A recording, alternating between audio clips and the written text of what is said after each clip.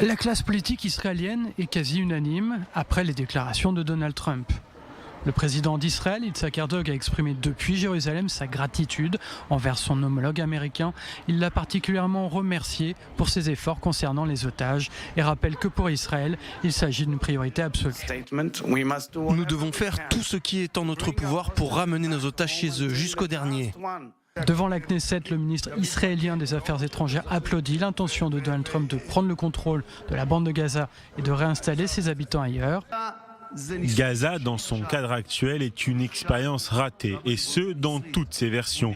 Sous le régime égyptien, sous le régime de l'autorité palestinienne, sous le régime du Hamas. C'est pourquoi nous devons essayer de trouver une autre solution, une solution différente. C'est ce que le président des États-Unis essaye de faire, et nous ne pouvons que l'approuver.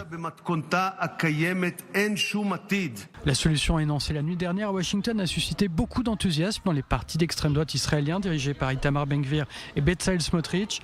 Dans l'opposition, les propos du président américain sont également bien accueillis. Benny Gantz, chef du parti Unité pour l'État, a qualifié les idées de Donald Trump de créatives, originales et intéressantes. Le chef de l'opposition Yair Lapid a estimé qu'elles étaient bonnes pour Israël. Il a néanmoins précisé qu'il aimerait connaître le plan plus en détail. L'atmosphère est bien différente à Ramallah. L'autorité palestinienne rejette fermement les déclarations du président américain. Le président Abbas et le peuple palestinien ont déjà rejeté entièrement et complètement ces demandes.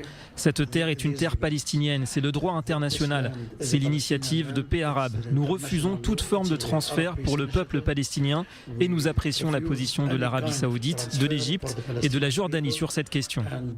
Le Hamas a estimé, lui, que les idées du président Trump créeraient le chaos à Gaza. L'Iran et la Turquie rejettent également les idées émises par le président américain. Ankara qualifie le plan Trump d'inacceptable. Le ministère saoudien des Affaires étrangères rappelle son attachement à la création d'un État palestinien avec Jérusalem-Est comme capitale et comme condition à la normalisation avec Israël. L'Arabie saoudite rejette l'idée de déplacer les Palestiniens hors de Gaza.